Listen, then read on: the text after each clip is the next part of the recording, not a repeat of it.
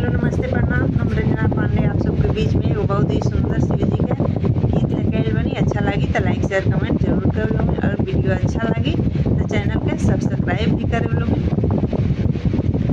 चांदन काठ के पीढ़ैया तो गरेला बढ़ैया नु है।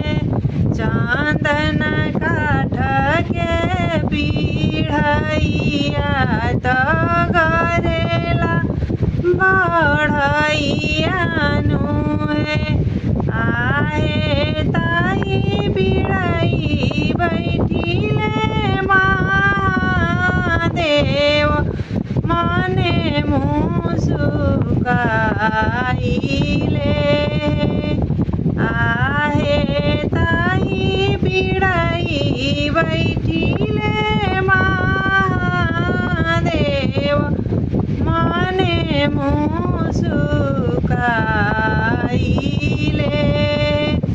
का देखी हंसेला काला सवात का देखी चामुक है।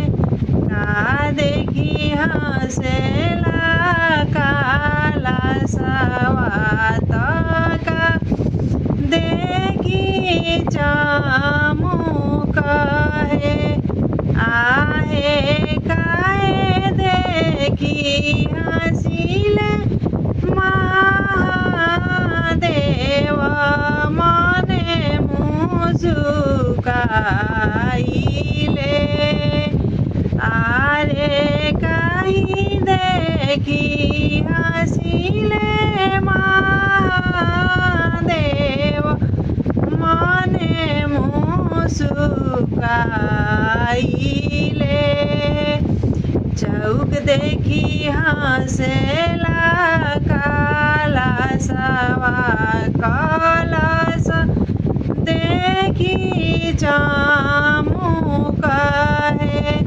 चौक देखी हंसेला काला सवा कलश देखी चामुक है। आहे गौरी देखी हंसिले महादेव मने मुस्काइले। आहे गौरी देखी हंसिले महादेव मने मुस्काइले।